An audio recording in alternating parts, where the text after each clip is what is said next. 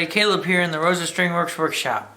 Today we've got this acoustic guitar here. I think it's a Cyan S.Yairi.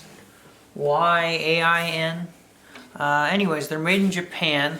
It's probably a little older. I'll give you a little look here. There's the label if you can see it. Anyways, it needs a little bit of work. You can see I've already started kind of taking it apart. There's a couple of things I was noticing. It had 3 strings on it when it came in, and the action was super low. You can probably see there's next to no saddle left there on that bridge. I guess there's a little bit, but it's real low. And I think the string slots on the nut are really low. You know, it's a very well played instrument. You can tell. Well, I'll try to get it where you can see all the dings in it. There's quite a few. The other big thing I've noticed here is there's a crack on the back of the headstock. You can see here, it runs down here and back up around the hole. So that's probably our biggest worry point, is that crack there. Besides that, it's just missing a few parts. It doesn't have an end pin. It only had 5 bridge pins. It's missing 2 of the ferrules around the tuners. A couple of little screws it's missing. It shouldn't really be all that much. Maybe just a little bit of cleaning it up. It sure smells old. So I'm going to go ahead and set it down. We're going to probably take a look at this headstock first. So I'm looking at this headstock, and it looks like there's glue inside this hole here. These 2 ferrules are still in, and I'm thinking I'm just going to take them out. I have all 6 tuners. I just already took those out. See, there's a little bit of glue looking stuff in this hole, so it almost makes me wonder if someone hasn't already tried something here. Then again, that could have been to hold a ferrule in. It's been lost. It looks clear like hot glue, but it's hard. It might have just been to hold the ferrule in. None of the others have it though. Interesting. I don't know how well you can see it. It's pretty well cracked. Along here, to there. I think it goes around the hole. Down in through here, across here. Runs up the sides. And I do think it flexes at that crack. This is going to be one of those things where I'm definitely going to have to go get Jerry. I can see down in the hole where it's cracked. It runs along in here. If you can follow the end of my little tool here. I don't know if this is just going to be gluing it up and clamping it up, or whether we're going to want to do something more. I know that Jerry didn't quote this for very long, so I'm sure he has something in mind. We'll have to see. Alright, so I went and I talked to Jerry, and I think what we're going to try to do is try to get as much glue in there any which way we can and clamp it up. We kind of talked about where this guitar was coming from and the customer's budget, and it was one of those where it would be a nice guitar if we could get it playing well, but the customer really didn't have all that much money to put into it.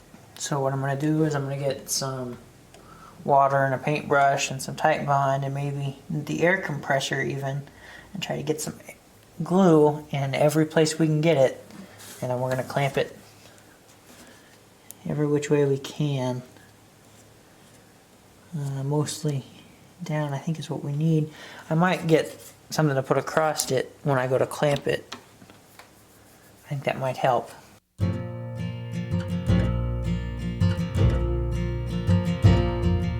He cut me, his song got under my skin, he held me, he knew me over again, he moved me, he knew that he had, how can I find words for that? He cut me just like the north wind, he left me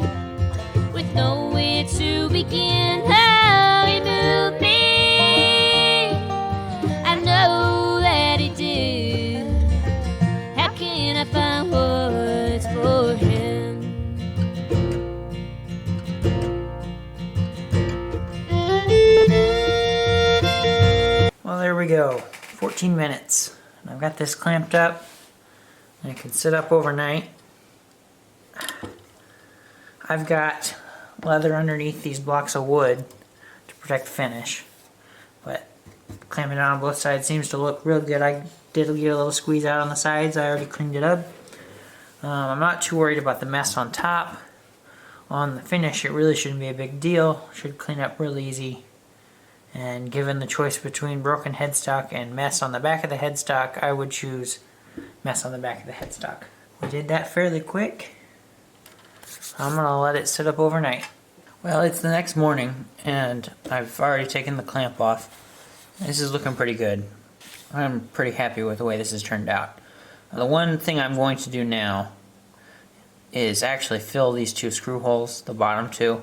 Noticed those screws had actually lifted out, and I think that's because of when the headstock tilted, those screws just tore everything out. So I'm going to just fill them with toothpicks, and we'll re-drill them when we put the tuners back on, which won't be too long.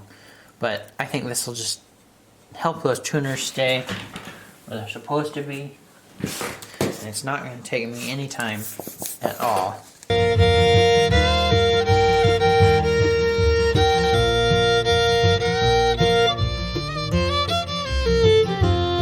I'm going to give those some time to set up before I put the tuners back on. But I think what I can work on now is the fretboard. So what we'll do now, we'll flip her over, and we're going to work on a leveling, a crowning, that sort of thing. We're going to do it real quick. Shouldn't take too much time at all. So while I was doing the fret job, Jerry noticed there was a crack in the top, and it's definitely open. I can press it together if I press it down. There's also a little crack in the side. I'm going to try to fill those real quick with some glue. Get it clamped up. I am going to put some water on this one first. It tends to help suck the glue in. So I waited long enough for that crack to dry. Took the clamps off. I went and I found another black bridge pin because it was missing one. Finished my fret job. I think we're ready to set this thing up. So I've gone ahead and got some strings, light gauge, 12 to 53. We're gonna put those on here. Well, this Japanese guitar on a budget got done on a budget. I had Jerry take a look at it, and there was just one or two little things lowering the action, making sure it's nice and low, and it is.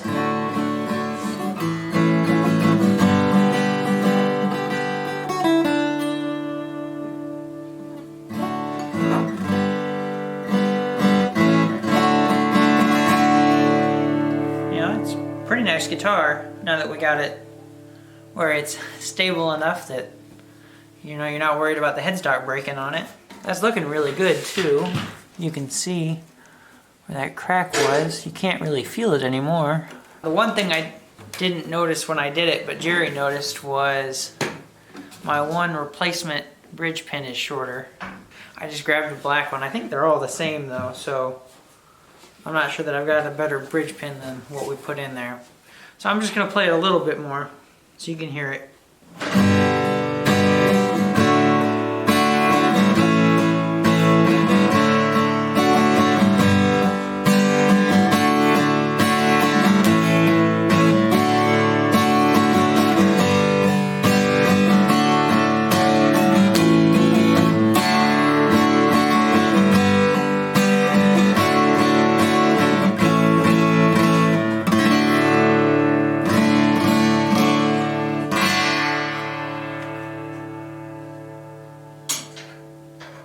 Pretty nice.